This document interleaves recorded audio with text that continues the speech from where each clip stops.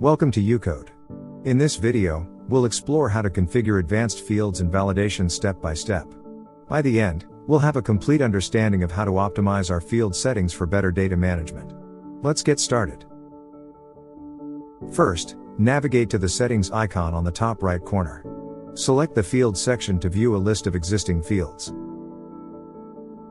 Select the field we want to configure. For this example, we'll choose a multi-select field and click Edit. Navigate to the last input in the side menu Field Details to the Default Value section. Here, we'll set Male as the default value.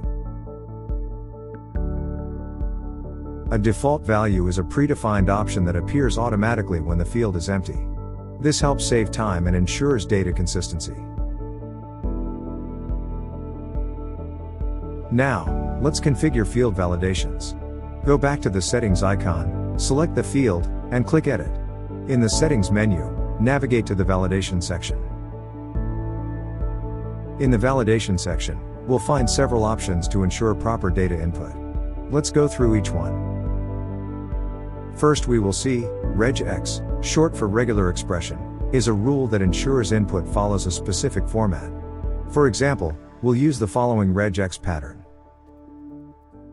This ensures the input includes at least one uppercase letter, one lowercase letter, and one digit. Add an error message like, the input must include at least one uppercase letter, one lowercase letter, and one digit. This will guide us to enter valid data. Second will come, the disable option allows us to make a field inactive, preventing any data entry or editing.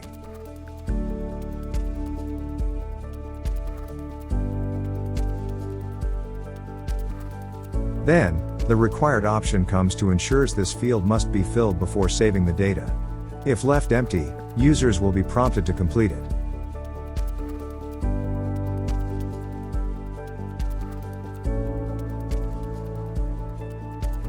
Next will be the duplicate option creates an exact copy of the selected field. This is useful when we need similar fields with the same configurations.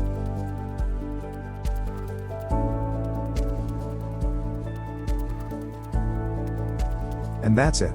We've successfully configured advanced fields and validations in Ucode. From setting default values to adding powerful validations, you now have the tools to optimize your data management. Be sure to check out our other tutorials for more tips and features. Thanks for watching, and see you next time.